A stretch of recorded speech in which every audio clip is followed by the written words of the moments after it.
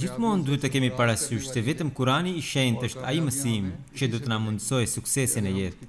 Me kushtin, nëse e ndjekim këtë mësim dhe nëse përmes këtij përpiqemi t'i afrohemi Zotit të Madhërisëm. Në një rrëfim që vjen nga Hazrat Abu Musa, përmendet se i dërguari i Allahut sallallahu alaihi wasallam tha: shembulli i besimtarit që lexon Kuranin dhe e zbaton atë është si ajo frutë që ka edhe shije të mirë dhe ka edhe aromë të këndshme.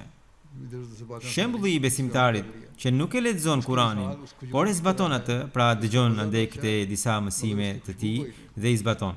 Thot, është si ajo hurmë që ka shije të mirë, por nuk ka asnjë aromë. Kurse shembulli i hipokritit që vetëm e lexon Kuranin është si ajo bimë që ka aromë të mirë, por shijen e ka të keqe. Dhe shembulli i hipokritit që as nuk e lexon Kuranin është si ajo frutë që edhe shijen e ka të keqe dhe edhe erën e ka të keqe. Kështu, ky hadith na shpjegon se ne edhe duhet ta lexojmë Kuranin e Shenjtë, edhe duhet ta zbatojmë atë. Kur do të veprojmë kështu, do të jemi si fruta që kanë aromë të këndshme dhe që janë edhe të shijshme. Sa shembull i bukur që nga ky.